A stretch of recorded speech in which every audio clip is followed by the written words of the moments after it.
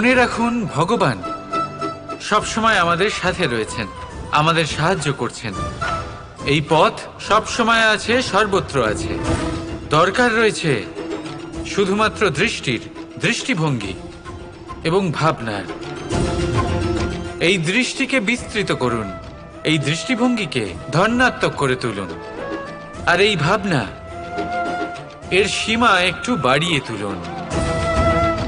তারপর দেখবেন সব খুঁজে পাবেন। আসলে কি, এই যে ঈশ্বর, এই যে পরমাত্মা, তা আমাদের সাথে রয়েছে, আমাদের মনের মধ্যে রয়েছে। যিনি তাকে মন থেকে চাইবেন, তিনি তাকে মনের মধ্যে অবশ্যই খুঁজে পাবেন। যদি উনি মন থেকে চান পথ খুঁজে পেতে, তাহলে তিনি অবশ্যই পথ খুঁজে পাবেন। তাহলে আসুন আমার সাথে ভালোবেসে বলুন, রাধে।